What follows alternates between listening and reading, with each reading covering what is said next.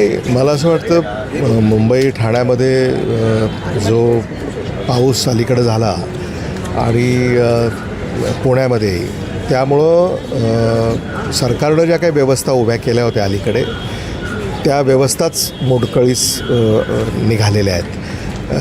म्हणजे वृक्ष पडले, रस्त्यामध्ये खड्डे पडले, मिसिंग लिंक चं जे टनल आहे तिथूनसुद्धा माती आणि दगडं पाणी म्हणजे दरड कोसळणे हा जो काही प्रकार आहे तो घडला.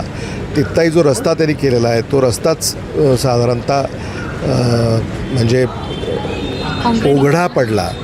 त्यामुळं मला असं वाटतं की एकंदरीत सरकारनं ही जी काही कामं केलेली आहेत त्याची गुणवत्ता याच्यावरच आता प्रश्नचिन्ह उपस्थित होतो आहे. आणि जी तकनीक त्यांनी स्वीकारली, जागतिक तकनीक स्वीकारून हे त्यांनी उभं केलं असं त्यांनी सांगितलं, तर मला असं वाटतं की कुठेतरी सरकारनं ही जबाबदारी स्वीकारली पाहिजे. आता शेवटी सरकार गेलं होतं तिथं उद्घाटन करायला, गाजावाजा झाला, आम्ही हे केलं म्हणून त्यांनी आटापिटा केला. मग आता हे जे घडलं आहे तर याची जबाबदारीसुद्धा त्यांनी स्वीकारायला हवी. आणि जसं